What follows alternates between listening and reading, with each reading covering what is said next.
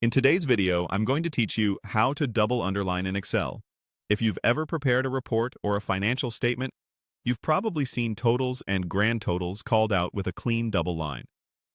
That effect isn't a border, it's a font style, and applying it is quick once you know exactly where to look.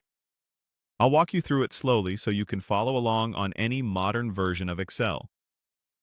Start by selecting what you want to format. Click the cell if it's just one value, or click and drag across a range if you want multiple cells to share the same look. You can also select the text within the formula bar if you're editing a single entry. The key idea is that Excel will apply the underline style to the content of the selected cells. This is different from adding a bottom border to the cell grid, which is a separate formatting feature. If you accidentally have extra blank cells included, press Escape and select again to keep things tidy. With your selection ready, look to the Home tab on the ribbon. In the font group, you'll see the Underline button. It usually shows as a U with a line under it, and to the right of that icon, there's a small downward arrow. That little arrow is important because it opens the underline options.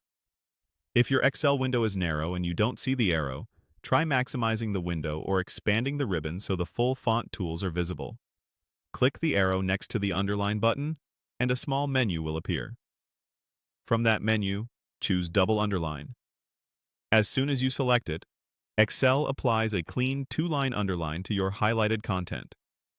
You'll notice it sits just beneath the characters and adjusts as you change font size or zoom, because it's part of the text styling, not a cell border. If the lines look cramped, widen the column slightly so the text isn't clipped. If you don't see a change, make sure you really selected the cells that contain the content and not just an empty area. A couple of quick tips as you review your work.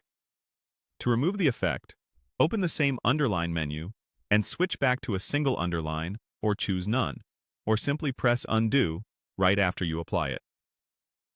Double underline is especially common with final totals in accounting-style sheets, so consider using it sparingly for emphasis where it truly matters.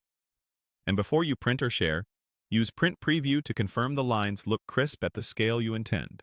That's all there is to it. Select your content, open the Underline menu, and choose Double Underline. Simple, consistent, and professional.